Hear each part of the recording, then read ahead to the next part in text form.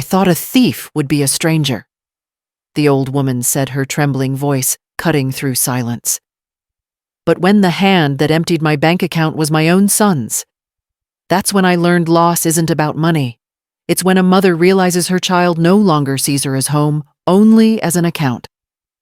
The sun filtered through the white lace curtains of Evelyn Carter's small Burlington kitchen, turning the steam from her teacup into ribbons of gold. At 67, she still moved with the calm precision of a nurse, steady hands, measured breath, everything in order. Across the table sat her son Tyler, 36, in an expensive shirt that didn't match the tired eyes beneath it. He smiled the way he always did when he wanted something soft, rehearsed, disarming. "Mom," he began, wrapping his fingers around the mug she had poured for him. "You've worked hard your whole life. It's time you let me take care of things. Starting next month, I'll have your check sent to my account. I'll manage everything for you." The spoon in Evelyn's cup stopped mid-stir. Outside, a snow-melted drip tapped against the window frame like a slow clock. "You'll manage my money?" she asked, keeping her tone even. "Exactly. I'm just worried about you, Mom. Bills, online scams, there's a lot out there." He chuckled, reassuring. "You can finally relax." Relax. The word slid across the table like a lie wearing perfume. Evelyn nodded faintly, but inside, something shifted. In 40 years of double shifts, packed lunches, and quiet sacrifices, she had never needed managing. Her eyes drifted to the sewing box on the shelf, its brass latch worn from years of mending torn uniforms, broken toys, and hearts. "I'll think about it," she said at last. Tyler's smile twitched, just for a heartbeat, before he gathered the papers he'd brought. When the door closed, the silence felt heavier than the room itself. Evelyn touched the box's lid and whispered, "Help me rest, or help yourself." That night, the house felt like a stranger. Only the clock ticked above the fridge each second, echoing too loud in the empty Vermont air. Evelyn sat at the kitchen table, her reading glasses slipping down her nose, bank statements spread like fallen leaves across the wood. Her fingers trembled slightly as she traced each printed line. Withdrawal, Water 800. Branch South Union Avenue, a place she hadn't set foot in for months. Her breath caught. "That can't be right," she murmured. She flipped another page. More withdrawals. 2 months earlier, another account she didn't recognize. The fluorescent kitchen light flickered once, and the moment felt like a heartbeat skipped by the world itself. In the corner, her sewing machine sat quietly, the last quilt still unfinished, blue and white squares. For a baby she once promised to make something special, for back when Tyler's wife still smiled at her door. She reached for her purse, hands stiff with age but sharp with memory. Her debit card was there untouched. The bank slips in order. So, how then, she remembered. 3 months ago, Tyler had come by while she was in the shower. "Just need to check that prescription list you keep in your wallet, Mom," he'd said. The purse was gone for maybe 10 minutes. She hadn't thought twice. A hollow chill crept through her veins now. She picked up her phone, hesitated, and dialed the bank's after-hours line. The robotic voice asked for verification. Her throat tightened as she whispered her numbers. When the representative confirmed the withdrawals had been done in person, using her card and ID, she felt her world tilt sideways. "Would you like to report possible fraud, ma'am?" the voice asked gently. Evelyn stared at her reflection in the darkened window, pale, lined, fierce. "Not yet," she said. "Not until I know exactly who's stealing from me." She hung up. Outside, a gust of wind pressed the curtains inward, making them flutter like ghosts. Evelyn gathered the papers into a neat stack, clipped them tight, and placed them inside her sewing box. Her eyes hardened. "You taught me how to mend things, life," she whispered. "Now watch me mend this." The next morning, the sky over Burlington was a dull winter gray. Frost kissed the edges of every window as Evelyn buttoned her thick wool coat and walked toward the local branch of Greenleaf Bank. Each step crunched over ice, her breath a steady white cloud in the cold. Inside, the air smelled of disinfectant and new paper. A young manager, maybe 30, polite, careful, looked up when she entered. "Good morning, Mrs. Carter. How can we help you today?" Evelyn's voice was calm, too calm. "Someone's been taking money out of my account. I believe I know who." The manager, Sarah Green, guided her to a small cubicle behind glass. "Let's go through your statements together." Evelyn placed the folder on the desk, every page clipped, every line highlighted. Sarah's eyes widened as she scanned. "These withdrawals were made with your card, ma'am, but you said you still have it, I do." Evelyn slid it across the table, like evidence. "And I never went to South Union Avenue." Sarah hesitated. Then her professional tone softened. "Mrs. Carter, I'm sorry. This happens more than you can imagine, especially with family." That word family stung deeper than she expected. Evelyn straightened her shoulders. "Then I'd like to change everything. New PIN, new debit card, and please freeze my credit immediately. I don't want anyone, not even my son, opening another account under my name." Sarah nodded, typing quickly. The printer hummed as new forms slid out. Evelyn signed each page with hands that had once soothed patients through pain, steady now, with a different kind of resolve. When the last paper was stamped, Sarah handed her a new card. "Here, this one's safe. And I can refer you to a legal aid partner if you'd like to pursue a claim." Evelyn tucked the card into her wallet, her lips a thin line. "Not yet. First, I'll prepare my case." As she stepped outside, a cold gust swept through her hair. Across the street, a bus stop poster read, "Protect what's yours." Evelyn smiled faintly. "I intend to." She turned the corner toward home, the sewing box in her mind ready to hide new evidence ready for war. Friday came with a strange peace. For the first time in years, Evelyn's little house was still. No radio hum, no kettle whistling, no clatter of plates waiting for her son's weekly visit. The air was bare, hollow, echoing every breath she took. By noon, the movers had finished. Every chair, every framed photo, every reminder of her quiet obedience gone. Only one wooden chair remained in the center of the empty living room, lit by a slant of afternoon light. Evelyn sat down, her hands folded on her lap, waiting. The sound of tires on gravel broke the silence. Tyler's truck pulled up bass from his music rattling the air. He swaggered through the front door, humming phone in hand. Then he froze. "Mom? What the hell, where's the furniture?" His voice cracked between shock and irritation. Evelyn didn't flinch. "I sold them." "You what?" He stepped farther in, spinning in disbelief. "The TV, the couch. Everything I needed, the cash," she said evenly, her gaze fixed on the sunlight crawling across the floorboards. Tyler's laugh was sharp, empty. "You're joking. How are we supposed to sit to eat dinner?" She turned her head slowly, her eyes meeting his. There's no we here, Tyler. Not anymore." The words hit like a slap. For a heartbeat, he just stared at her, his own mother, as if seeing her for the first time. "Are you crazy?" he shouted, taking a step forward. "You can't just sell everything. How are we supposed to be comfortable when we visit?"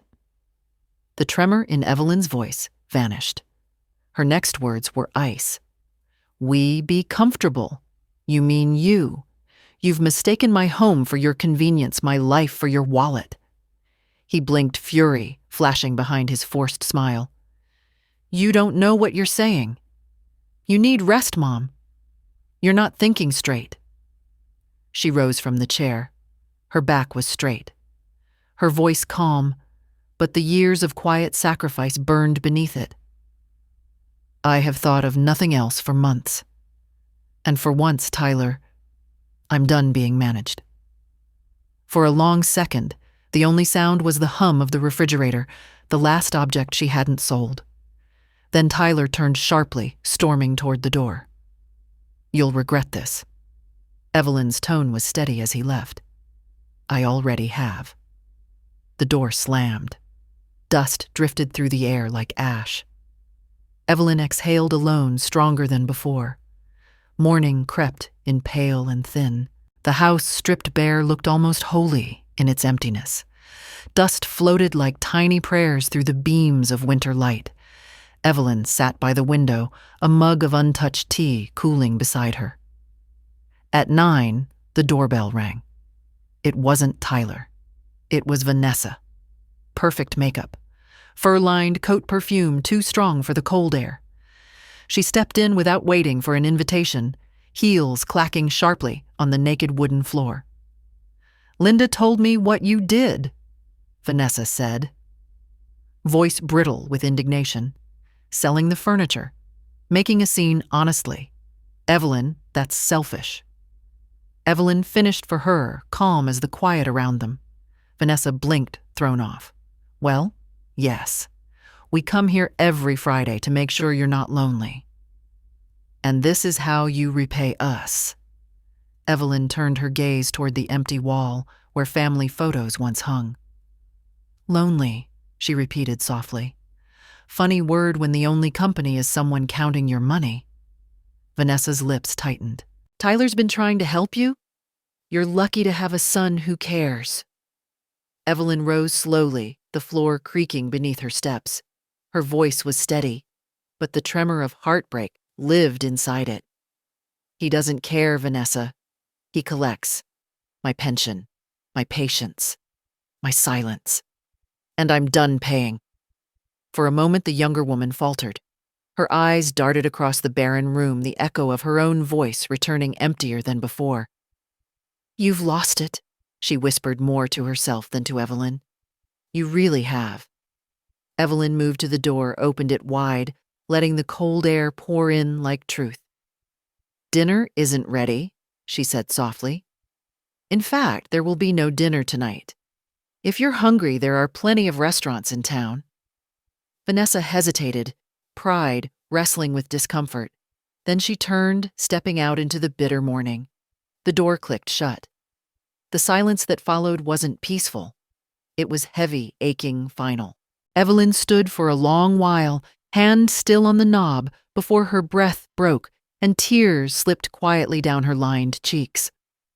But when she wiped them away, her eyes were clear again. She whispered, "No dinner tonight. But maybe a beginning." The afternoon sky hung low over Burlington, gray and heavy, as if the clouds themselves carried other people's regrets. Evelyn walked slowly through the snow-lined street, a scarf pulled tight against the wind. The town had begun to thaw, but she hadn't yet. Her old nurse's pension card burned in her purse, useless now, except as proof of what she had once built and what someone had stolen. She stopped in front of a small storefront she'd passed for years without noticing Delgado's Fabrics and Crafts. Through the window, bolts of color glowed like stained glass, emerald, sapphire, crimson, gold. Inside, warmth spilled from hanging lamps, and the hum of a sewing machine filled the room with life. Behind the counter, a woman with silver hoops in her ears looked up. "You look like someone searching for a reason to start again," she said kindly. Evelyn smiled faintly. "Maybe I am." The woman introduced herself. May Delgado. 55 hands, calloused eyes sharp with the kind of wisdom that grows from surviving hard years. Evelyn confessed haltingly at first about the son, the money, the silence. She expected pity. Instead, May laughed softly, like someone recognizing an old wound. "Men, sons, ex-husbands. They all think our kindness has no bottom," May said, handing her a spool of blue thread. "But it does. You just found yours." Evelyn turned the spool in her fingers, watching the thread glint under the light. "I used to make quilts," she whispered. "Long ago." for patience for babies, for peace of mind.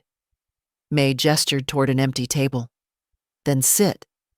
Stitch your boundaries like seams, sweetheart.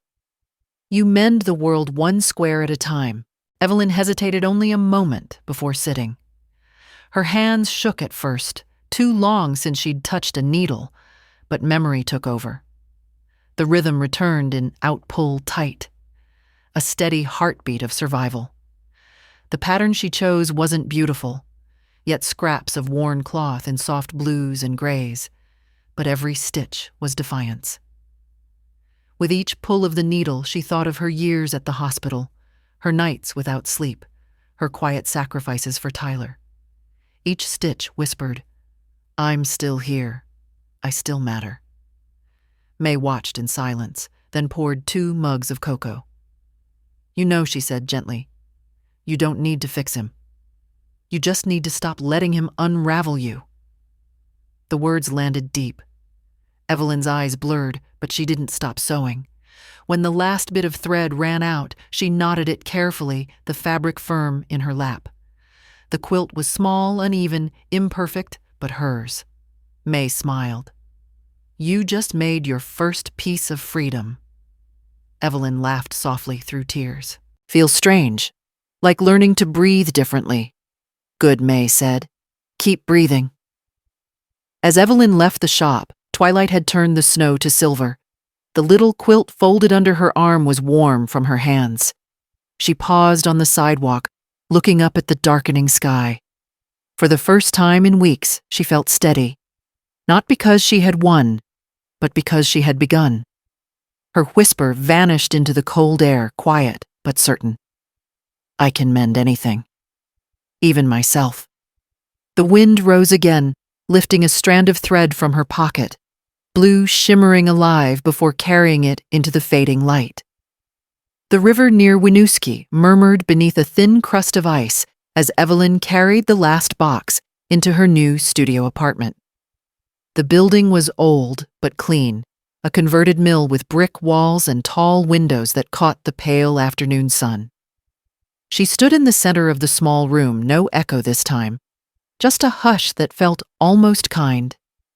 Her life now fit into 5 boxes, 1 for clothes, 1 for kitchen things, 2 for paperwork, and 1, the most precious, for her sewing box, wrapped carefully in an old hospital blanket. She placed that box by the window. The brass latch gleamed in the light like a heartbeat. For a moment, she simply stood there, breathing in the smell of dust and old wood, the faint hum of pipes in the walls. This wasn't the home she had built for Tyler. It wasn't filled with memories or laughter or family photos, but it was hers truly. Hers for the first time in decades. She opened the window slightly. The cold air rushed in, carrying the scent of river water and pine. Far below, a dog barked, a child laughed. Life continued indifferent, yet beautiful. Evelyn unwrapped the sewing box and lifted the lid. Inside lay the folded blue quilt she'd started at May's shop.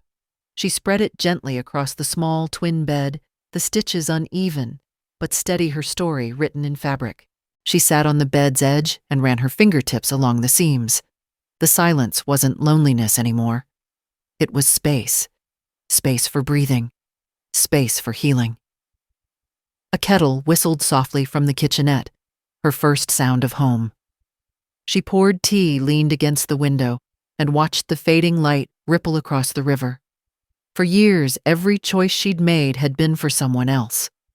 Tonight, for the first time, she made one for herself. Evelyn smiled faintly, raising her mug toward the horizon. "Here's to new seams," she whispered. Outside, the last patch of snow slipped from the roof, falling soundlessly, like the old life she had just let go. The hum of the old radiator filled the narrow office of Vermont Legal Aid. The walls were lined with mismatched file cabinets and fading posters about elder protection rights. Evelyn sat on one side of the metal desk, her purse clutched like armor. Across from her, a young attorney adjusted her glasses and smiled. "I'm Sophie Tran," she said. "I help seniors who've been financially exploited." Why don't you tell me what's been happening?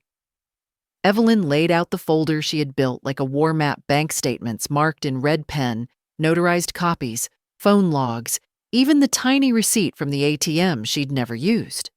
Sophie's eyebrows rose as she flipped through the pages. You did all this yourself? I was a nurse for 40 years, Evelyn said. Detail keeps people alive. Sophie nodded, impressed. You're meticulous. That's good. Because your son's been systematic. The words cut, but Evelyn didn't flinch. She'd heard worse from dying patients from life itself. Sophie began sorting the documents into piles. See here, this is an authorized user account. It means someone added themselves to your credit line without removing your name. Happens all the time between relatives.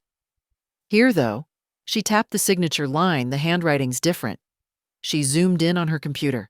The scanned signature on the loan application curved wrong, too sharp, too modern.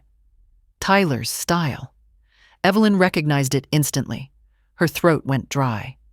He signed as me. Sophie nodded grimly. There's more. 2 utilities in your name registered to an address that isn't yours. South Union Avenue. That's his house, right? Evelyn's hands clenched on the edge of the desk. Yes. The attorney leaned back, letting the evidence speak. The silence between them thickened. This is identity fraud, Mrs. Carter. You could file criminal charges. For a moment, the fluorescent light above them flickered, casting her face between shadow and glare. Evelyn imagined her son's easy smile, the boy she'd raised, the man who lied in her kitchen. Her heart hurt, but beneath it, something harder began to form. What happens if I don't press charges? She asked quietly. Then he keeps access to your accounts until you revoke every authorization. And he'll keep trying. Evelyn nodded slowly. Then we revoke everything. Sophie smiled faintly, seeing the fire ignite. That's the spirit. First step, file for a credit freeze with all 3 bureaus. Next, dispute the fraudulent accounts in writing. Then I'll help you set up a fraud alert. Evelyn took the pen, the tip pressed against the form. Her handwriting shook but didn't falter. Name, Evelyn Marie Carter. Victim. Yes. Each letter was an act of ownership, each signature a reclamation. When she finished, Sophie gathered the papers into a neat folder and handed her a copy. You're stronger than most people I meet, she said sincerely. Evelyn rose, slipping on her coat. I've spent my life patching other people's wounds. It's time I stitch up my own. She turned toward the door, the folder tight in her hands. Outside, the hallway, lights hummed like distant sewing machines. Through the glass, snow was falling again, silent, deliberate cleansing. Evelyn stepped into it without hesitation, each flake melting against her cheeks like a small truth returning home. The next morning, Sophie called. Her tone was clipped professional, but something in it warned of gravity. Mrs. Carter, she said you might want to come in. We found something. When Evelyn entered the legal aid office, the snow still clung to her coat collar. Sophie was standing beside a small screen on her desk. The monitor's glow made her skin look pale, her eyes shadowed. This came from Greenleaf Bank's security department, Sophie said. They pulled camera footage from one of the withdrawals you didn't authorize. Evelyn's stomach tightened. She sat her fingers clutching her bag. The video began. A timestamp appeared.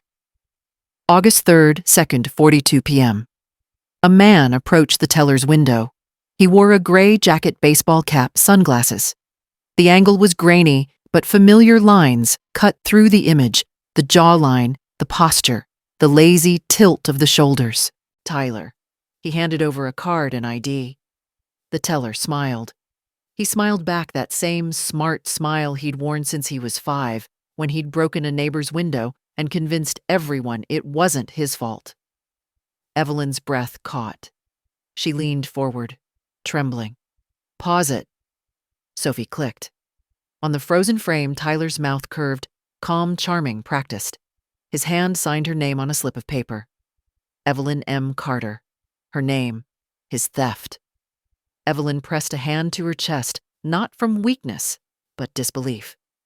He even got the loop on the M right, she whispered. Sophie said gently, he must have practiced. They said he presented valid ID, likely the copy of your driver's license he made last spring. Evelyn's voice turned cold, stripped of denial. When I was in the hospital, recovering from pneumonia. He came every day. He must have taken it then. Sophie didn't answer. She didn't need to. For a long moment, only the soft hum of the monitor filled the room. Evelyn's face, caught between heartbreak and awakening, reflected faintly in the glass beside his frozen smile. She reached for the keyboard, her finger hovering over the spacebar. "Play it," she said. The video rolled again. Tyler collected the cash, nodded at the teller, turned toward the camera. For a split second, right before the image cut out, he looked straight into the lens, almost as if he knew she would one day see it. Evelyn stared into those eyes. Her tears finally fell, but they burned hot, not weak. Sophie spoke softly. "This is clear evidence of fraud. With your permission, I can file the report today." Evelyn wiped her face with a trembling hand. "No, not yet. Not until I know how deep he went." "Are you sure?" Sophie asked. Evelyn's expression hardened. "He learned how to copy my signature, Sophie, but he never learned my patience." She stood gathering her scarf. The room seemed too bright, too sterile for what she was feeling. At the door, she looked back at the frozen image of her son's confident grin. "For years," she said quietly, "I believed that smile meant love." Her voice dropped to a whisper of steel. "Now I know it meant ownership." Then she left the snowlight flashing across her coat as the door closed behind her. Outside, her reflection followed in the glass, smaller, older, yet somehow stronger than the woman who had first walked in. Sunday morning, light poured softly through the stained glass windows of the small church basement. The scent of coffee and detergent mixed with the hum of a single space heater. 6 women sat in a circle fabric, spread across folding tables, each piece a fragment of a story. Evelyn threaded her needle carefully. The tremor in her hands had eased since that first day at May's shop. Around her, the others chatted, widows, retirees, grandmothers, all mending more than cloth. May's voice floated from the corner. "Ladies, today we're not fixing old quilts. We're stitching new ones. For ourselves." Evelyn smiled faintly. "Maybe both," she said, her voice calm, strong. "Because sometimes going forward means sewing backward." A few women looked up, puzzled. She lifted her square of blue fabric. "It's called a backstitch," she explained. "You move forward by going back through the cloth. That's what gives the seam its strength." For a heartbeat, no one spoke. Then quietly, one woman said, "That's beautiful." The needles began moving again, rhythmic, like a quiet heartbeat, filling the room. Evelyn felt the weight in her chest loosen with every pull of thread. When class ended, May squeezed her shoulder. "You're leading them already, Evelyn." She shook her head. "No, we're just sewing ourselves back together." Outside, snowflakes drifted through golden light. Evelyn watched them fall against the church window, each one unique, fragile, and whole.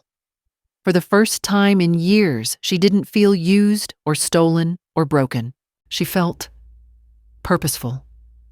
She whispered to herself, "This is what healing sounds like."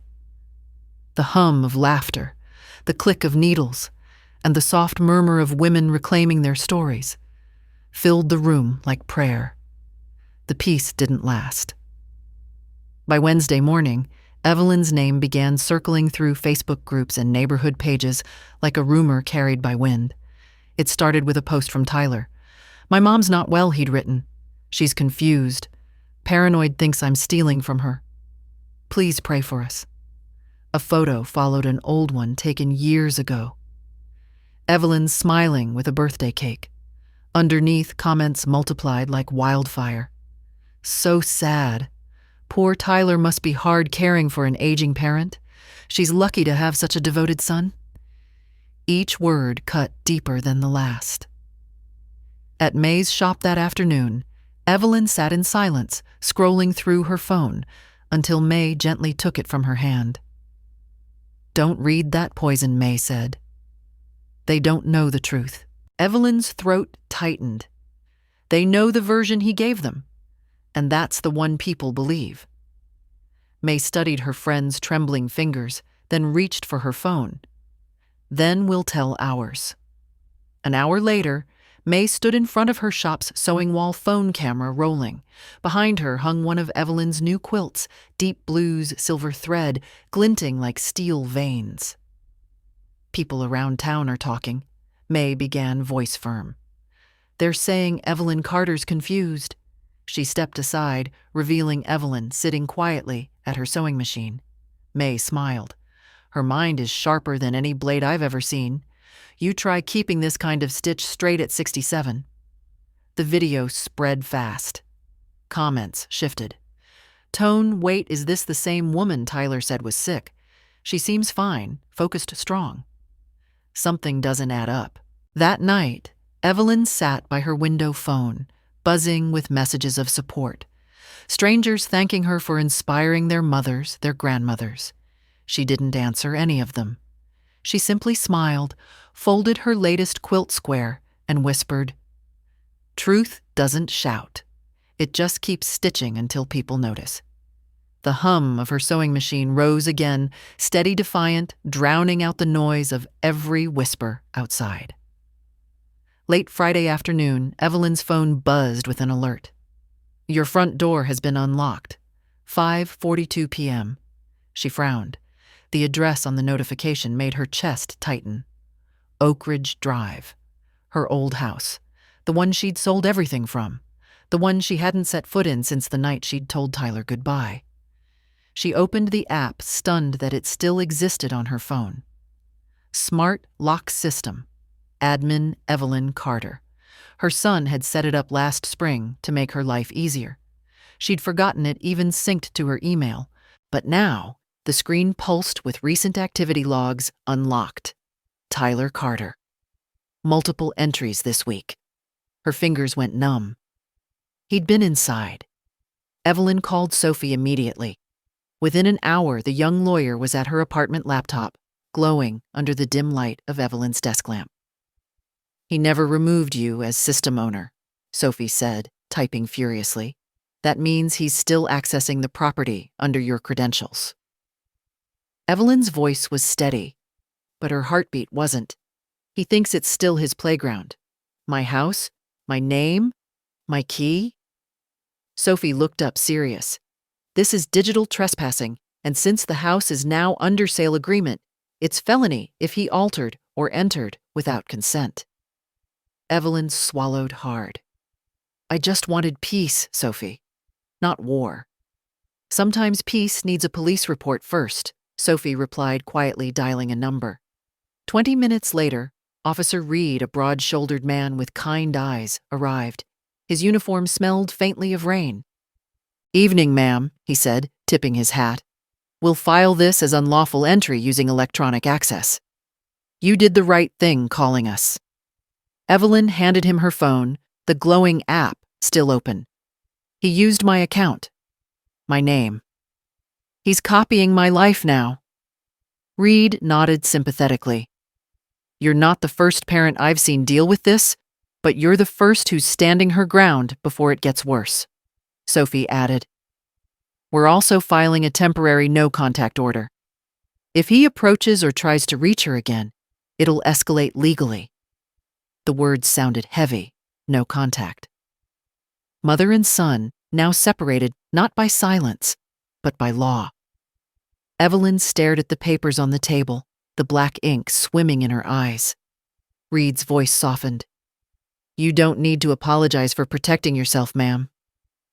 Evelyn nodded, then looked toward the window where the reflection of her face blurred against falling snow. "It's strange," she said quietly. I used to believe locks kept danger out. I never thought I'd need one to keep it away from someone I raised. Reed finished his report and packed his clipboard. You did the right thing, he repeated. After he left, Sophie lingered. She unplugged the lamp, letting only the blue light from the laptop fill the room. He can't touch you now, she said softly. Evelyn reached for her sewing box on the nightstand, fingers brushing the brass latch. He already did, she whispered. But this time, I'll decide where the seams go. She took out a needle and a strip of fabric stitching absent-mindedly in the half-dark. Each pull of the thread made the quiet hum of defiance stronger. Sophie watched for a moment, then smiled faintly. You really sew your way through everything, don't you? Evelyn's lips curved, tired but proud. I don't sew through it, she said. I sew over it so it can't tear again. The camera lingered on the lock icon, glowing red on her phone. Access revoked before fading to black, the only sound the rhythmic whisper of needle and thread. The town hall was full that evening, folding chairs lined in perfect rows, murmurs buzzing beneath the fluorescent lights. The banner above the stage read, Elder Fraud Awareness and Community Protection Night. Evelyn sat in the front row beside May and Sophie, her folder of documents held like a shield. Around her were retirees, local reporters, students with notepads, even a few young parents. The air carried the weight of stories that had never been told out loud. At the podium stood Councilwoman Hayes, a gray-haired woman with fire in her tone. We gather tonight, she said, to talk about how love can be twisted into control and how silence can cost lives. The words landed heavy. Evelyn's chest tightened. Then she saw him. Tyler, standing near the back wearing his polished smile like armor. His hand rested lightly on Vanessa's shoulder, as if rehearsed. Sophie leaned close. He has no idea we filed the evidence with the attorney's office this morning. Evelyn nodded slowly, her pulse steady now. He will. When Councilwoman Hayes opened the floor for testimonies. Tyler rose first. He spoke with perfect confidence. My mother isn't here tonight to be blamed, he began. She's here because she's unwell. I've been caring for her, managing her bills, making sure she doesn't fall victim to scams. I did what any son would do. The crowd murmured sympathetically. He looked so composed, so convincing. Then he gestured toward Evelyn. But lately she's been confused, angry. She thinks I stole from her. May's jaw tightened. Sophie's hand steadied Evelyn's wrist. Evelyn rose. Her chair scraped the floor like thunder. May I speak? She asked. The room quieted. She walked to the podium slowly, the sound of her shoes echoing across the wooden floor. She laid her folder down beside the microphone. When you spend your whole life trusting one person, she began, her voice calm, but carrying through the room, you don't expect the knife to come from the hand you once held. She opened the folder. Inside were photocopies. Bank withdrawals, forged signatures, utility bills for addresses she'd never lived at. She held one up. This is my name, she said. Written by someone who once called me Mom. A low murmur rippled through the audience. Tyler's face twitched. Mom, please, this isn't the place. Oh, it's exactly the place. Evelyn's tone sharpened, trembling not from fear but conviction. Because this isn't just about me. It's about every mother told she's confused when she's just being deceived. Every parent shamed into silence because the thief shares their blood. She turned toward the crowd, her voice growing stronger. They call it help. They call it management, but caretaking without consent. She paused, eyes locking with her son's, is control. The hall went silent. Even the heaters seemed to stop humming. Evelyn's breath trembled, but she pressed on. You can rebuild savings, you can rebuild a house, but trust. She placed her hand over her chest. Once that breaks, it cuts through every thread you've ever sewn. Councilwoman Hayes stepped forward, eyes glassy. Thank you, Mrs. Carter. That was brave. Applause rose slow and soft at first, then louder, echoing through the hall. Tyler stood, frozen, his face pale. The smile gone. Evelyn gathered her papers, turned, and walked past him without a glance. Her voice, soft but cutting, drifted as she passed. You taught me to believe in you, Tyler. Tonight I taught myself to stop. Outside, snow began falling again, slow, deliberate, each flake landing like a verdict. Evelyn tilted her head to the sky, breathing in the cold, her heart finally light enough to rise with it. The paper hit the doorstep with a flat thud.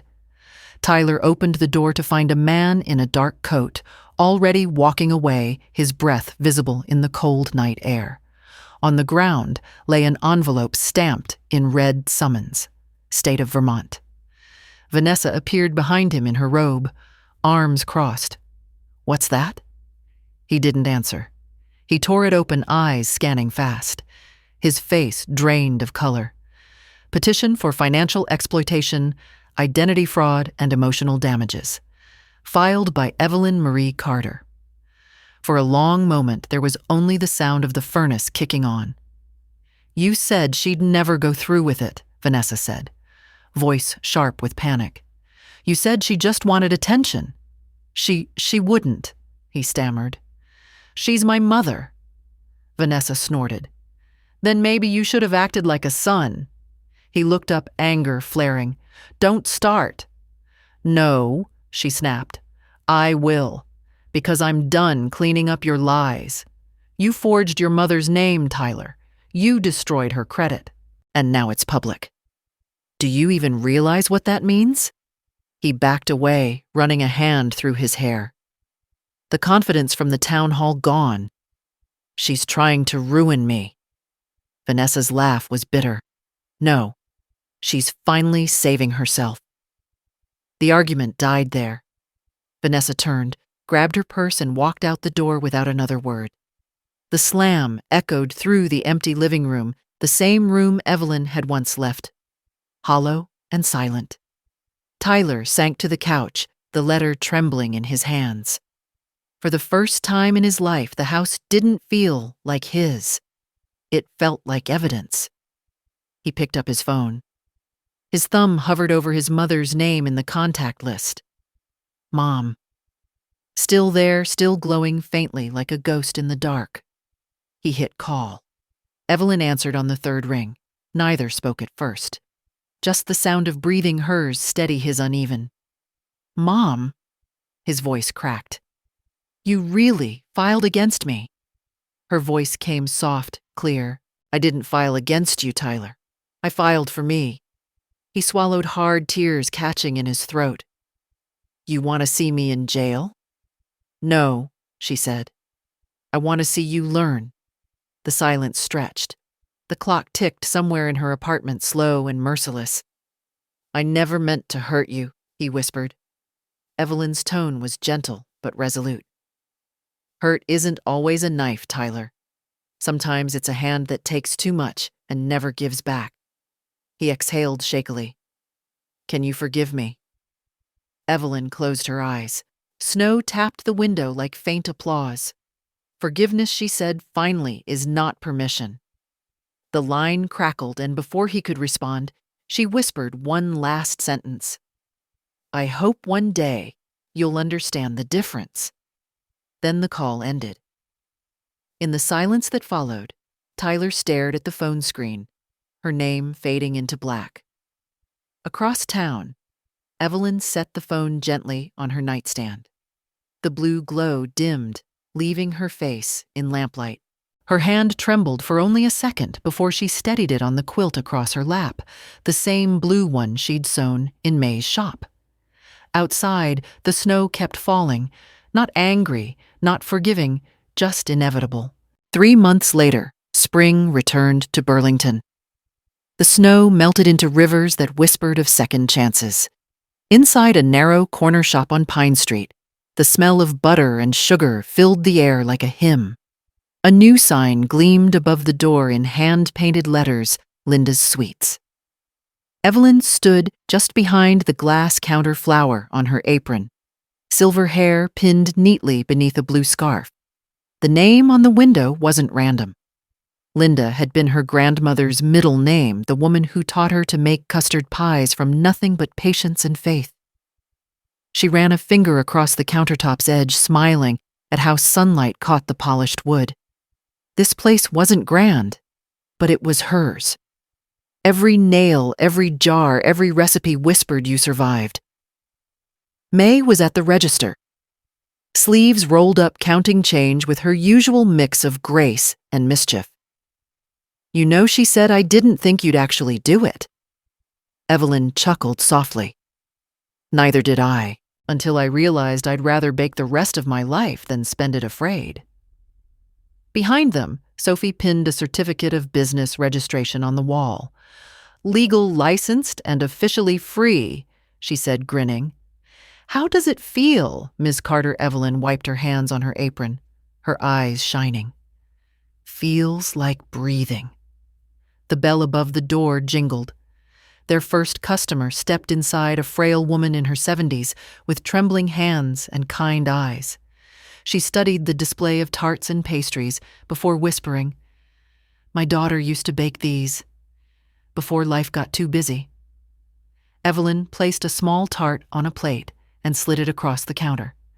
"Then today," she said softly, "you get to taste what she forgot to give." The woman smiled, tears glinting, as she took the first bite. "It tastes like home." Outside, a few pedestrians paused to peek through the window, drawn by the smell and the warmth inside. May opened the blinds wider, letting sunlight flood the room. By afternoon, a modest line formed. Mothers, teachers, nurses from the nearby clinic. Word spread quickly that the woman from the elder fraud meeting had opened a bakery. But no one spoke of pity. They spoke of courage. As the day ended, Sophie flipped the sign to closed. Evelyn wiped the counter one last time and looked around the shop, the chalkboard menu, the quilt hanging on the wall like a banner of survival, the soft hum of the refrigerator. May poured tea and handed her a cup. "To new recipes," she said. Evelyn lifted hers. "And to the sweetness you earn yourself." They clinked their mugs. Through the window, the street glowed gold with sunset. Evelyn leaned against the counter, watching the light bend through glass jars of sugar. Her heart no longer raced with fear or ache. It moved to the rhythm of small things, the whisk, the oven timer, the laughter of friends. For the first time in years, she wasn't patching something broken. She was building. She whispered half to herself, half to the ghosts of the past. Maybe healing doesn't taste like medicine, after all. Maybe it tastes like custard. And when she smiled, it was quiet, steady, and utterly her own. 3 months later, spring returned to Burlington. The snow melted into rivers that whispered of second chances. Inside a narrow corner shop on Pine Street, the smell of butter and sugar filled the air like a hymn. A new sign gleamed above the door in hand-painted letters, "Linda's Sweets." Evelyn stood just behind the glass counter flower on her apron, silver hair pinned neatly beneath a blue scarf. The name on the window wasn't random.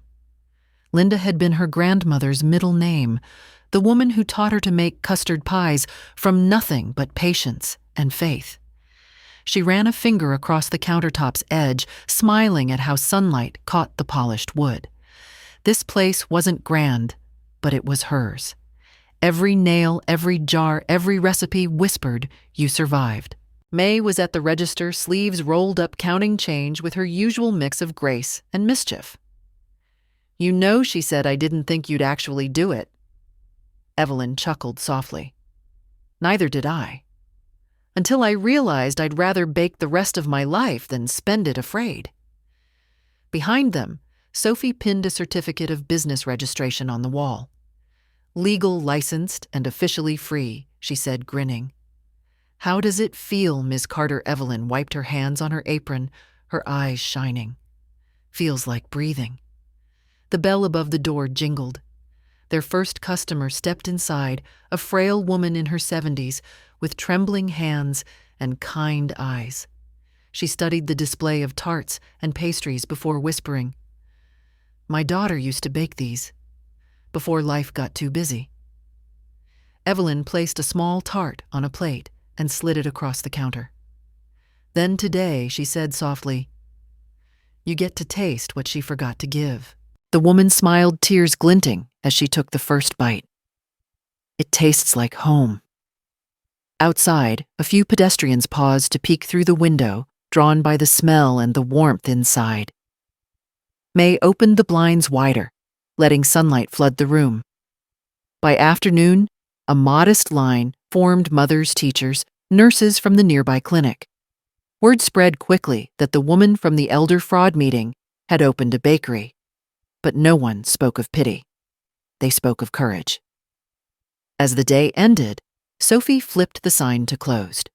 Evelyn wiped the counter one last time and looked around the shop, the chalkboard menu, the quilt hanging on the wall like a banner of survival, the soft hum of the refrigerator. May poured tea and handed her a cup. "To new recipes," she said. Evelyn lifted hers. "And to the sweetness you earn yourself." They clinked their mugs. Through the window, the street glowed gold with sunset. Evelyn leaned against the counter, watching the light bend through glass jars of sugar. Her heart no longer raced with fear or ache. It moved to the rhythm of small things, the whisk, the oven timer, the laughter of friends. For the first time in years, she wasn't patching something broken. She was building. She whispered half to herself, half to the ghosts of the past. Maybe healing doesn't taste like medicine after all. Maybe it tastes like custard. And when she smiled, it was quiet, steady, and utterly her own. The following Sunday, the doorbell chimed again. Evelyn looked up, expecting another customer, and froze. Tyler stood there once more, but this time, he wasn't alone. Beside him was a little girl with wide brown eyes and a stuffed bunny pressed to her chest. Her hair was tied into two uneven pigtails, and her smile, hesitant, curious, was pure light. Mom Tyler began, his voice cautious. "This is Sophia." Evelyn's breath caught. The child peeked around her father's leg, whispering shyly, "Hi, Grandma." The word cracked something inside. Evelyn, not pain, but wonder. Slowly, she crouched to the girl's level. "Hi, sweetheart," she said softly. "Do you like sweets?" Sophia nodded quickly. "Daddy says you make the best tarts in the world." Evelyn smiled faintly. Then Daddy finally told the truth about something. Tyler exhaled, half smiling, half ashamed. Evelyn didn't scold. She simply turned, opened the oven, and took out a fresh tray of custard tarts. The golden scent filled the little bakery, wrapping the moment in warmth. She placed one on a small plate, slid it across the counter toward Sophia. "Careful, it's still warm." The child took a careful bite, eyes widening as the sweetness melted on her tongue. Then, in the smallest, truest voice imaginable, she said, "Grandma, it tastes like happy." The room went still. Even the ticking clock seemed to pause. Evelyn's eyes shimmered. She reached across the counter, brushing a crumb from Sophia's cheek. "That's exactly what it's supposed to taste like." Tyler watched, throat tight. For the first time in years, he saw his mother not as someone to manage or fear, but as someone whole. Sophia giggled, swinging her feet. "Can we come again next Sunday?" Evelyn's smile was quiet, tender. "If you promise to bring your smile with you." The little girl nodded solemnly. "I promise." As they left, the doorbell chimed and sunlight flooded the shop. Evelyn turned back to her oven, whispering through tears. Maybe healing isn't in the past at all. Maybe it's 4 years old and laughing with crumbs on her face. Outside, the child's laughter echoed down Pine Street, soft and bright, the sound of something mended at last. The day of the grand opening dawned crisp and bright, the kind of spring morning that made Burlington feel new. Outside, Linda's Sweets ribbons of gold and blue fluttered in the breeze. The air smelled of cinnamon sugar and hope. By noon, the sidewalk was full. Neighbors, shopkeepers, families, even strangers who had read about the brave woman who stood up for herself came to celebrate. May arranged trays of pastries near the door while Sophie checked the microphone for the short speech they had planned.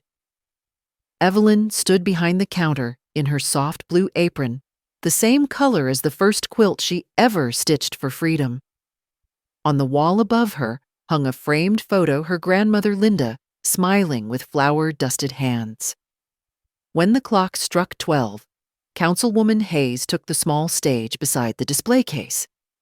"We're here," she said warmly, to honor not just a new business, but a story of courage, a woman who turned betrayal into creation and fear into flavor. The crowd applauded. Evelyn felt her heart flutter, but stood tall. May whispered, "You're up, sweetheart." Evelyn stepped forward, her voice trembling at first, but steadying as she spoke.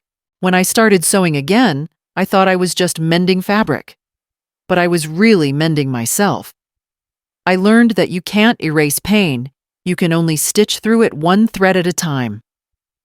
Her eyes swept across the room, over familiar faces, strangers, and finally, Tyler standing near the back, holding Sophia's small hand. Evelyn took a deep breath, her tone deepening into something luminous. "People ask how I kept going. The truth is I didn't. The thread did. Every stitch said, 'You're still here.' Every recipe said, 'Keep tasting life.'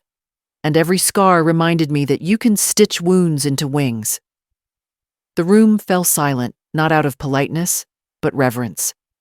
May clapped first, then Sophie, then everyone. The sound filled the bakery like waves against shore. Tyler looked down, tears threatening, as Sophia tugged his hand. "Daddy, she's talking about you," the girl whispered. He nodded slowly, whispering back, "I know, honey. I know." When the applause softened, Evelyn smiled and held up a small tart. "To everyone who's ever been broken, may you find the recipe that makes you whole again." She cut the ribbon herself, the scissors glinting in the sunlight. The crowd cheered as the doors officially opened. Inside, laughter mingled with music. Children pressed their noses to the glass counter, choosing pastries. Elderly couples shared coffee. May danced with the broom. Sophie organized receipts while pretending not to cry. Near the back, Tyler and Sophia approached the counter. Evelyn looked up, eyes meeting her son's for a long, fragile moment. No apology, no speech. Just a quiet nod between two people learning to coexist again. Sophia bit into a tart and grinned. "Grandma, this one tastes like sunshine." Evelyn laughed, kneeling down to hug her. "That's because it's made of light sweetheart and a little bit of forgiveness." The camera pulled back 3 generations framed by glowing windows, the hum of life, the golden haze of afternoon. Outside, the new sign, Linda's Sweets, shimmered like a promise made by hand, mended by heart. And as Evelyn wiped a tear and turned back to the oven, her voice soft, certain, carried through the air. Every story deserves its sweetness in the end. Night had fallen softly over Burlington. The crowd was gone. The laughter faded, and Linda's Sweets stood in perfect stillness. Crumbs on tables. Ribbons drooping, the faint echo of joy still clinging to the air. Evelyn moved through the shop with a slow, deliberate rhythm. She wiped the counter, rearranged a vase of tulips, and refolded the blue apron that had carried her through the storm. Every sound, the creak of the floorboards, the hum of the fridge, felt like a heartbeat, reminding her she was still here. Outside, rain began to fall light, rhythmic, like fingers tapping on glass. She unlocked the front door just enough to let the scent of rain mix with the sweetness of sugar and butter. For a long while, she simply stood there, breathing. Then she returned to her small wooden table at the back of the shop. A single lamp cast a pool of amber light across an open notebook. On the first page, written in careful cursive, were the words, "Sweet Lessons Recipes for Starting Over." She smiled and dipped her pen into ink. Her hand trembled slightly, not from weakness, but from the weight of all that had led here. Slowly, she began to write, "I thought loss ended me. It only edited me. What remains is smaller, yes, but clearer, stronger, truer. I am not who I was, and that is a mercy." The rain deepened outside a lullaby against the windows. She paused, listening. Somewhere in the distance, a car passed. Then silence again. Evelyn closed the notebook gently and placed it on the counter beside the cooling tray of lemon tarts. Her eyes lifted toward the photo of her grandmother on the wall. "Thank you," she whispered, "for teaching me how to turn pain into pattern and sugar into peace." She turned off the lamp. The room dimmed, leaving only the glow of the streetlight through the rain-streaked window. With a soft sigh, Evelyn flipped the sign on the door from open to closed, her reflection, merging with the golden letters. Outside, the storm whispered against the glass, but inside, for the first time in decades, everything was perfectly still. The hall of Vermont State Bank gleamed with marble and glass, the kind of place Evelyn once entered nervously. Now she stood at the podium beneath a banner reading, "Women and Financial Freedom, Protecting What You've Earned." Rows of women filled the seats, retirees, widows, small business owners. Sophie sat near the front, smiling proudly. Evelyn adjusted her notes, took a breath, and began. "I used to think security was about locks," she said, "about keys, alarms, passwords." Her voice was steady, soft, but carrying. But real security is about boundaries, about knowing what you'll give and what you won't. A few women nodded quietly. She continued, "When my son took my savings, I thought I'd lost everything, my home, my dignity, my trust. But what I really lost was my silence. And that turned out to be the best thing that ever happened to me." Soft murmurs rippled through the room. "I learned that money can be stolen," she said, "but self-worth can only be surrendered. And I stopped surrendering mine." The crowd leaned closer. Evelyn smiled gently, her wrinkles catching the light like threads of silver. "I stand here not as a victim of fraud, but as the owner of a bakery built from it. Every tart I sell isn't just dessert. It's proof that broken things can feed you if you use the right recipe." A soft laugh rolled through the audience, warm and genuine. She paused, eyes glistening. "If you remember one thing today, let it be this: love without respect is charity. But respect without fear, that's freedom." The applause began slowly, then grew into a standing ovation. Evelyn bowed her head, humbled but shining. In the front row, Sophie wiped a tear. Tyler, quietly seated in the back, clapped too, not for forgiveness, but for recognition. Evelyn stepped down her hand, brushing the edge of the podium. Her voice lingered in the air like sunlight through glass. "Protect what you've earned, and protect who you've become." 7 years later, the sun rose over Pine Street, just as it always had, washing Linda's sweets in amber light. The shop was quieter now, filled with the laughter of new hands. Julia, now co-owner, adjusted the sign in the window. Sophia, 11, piped frosting onto cupcakes, her tongue peeking out in concentration. Evelyn watched from the doorway, a soft smile warming her lined face.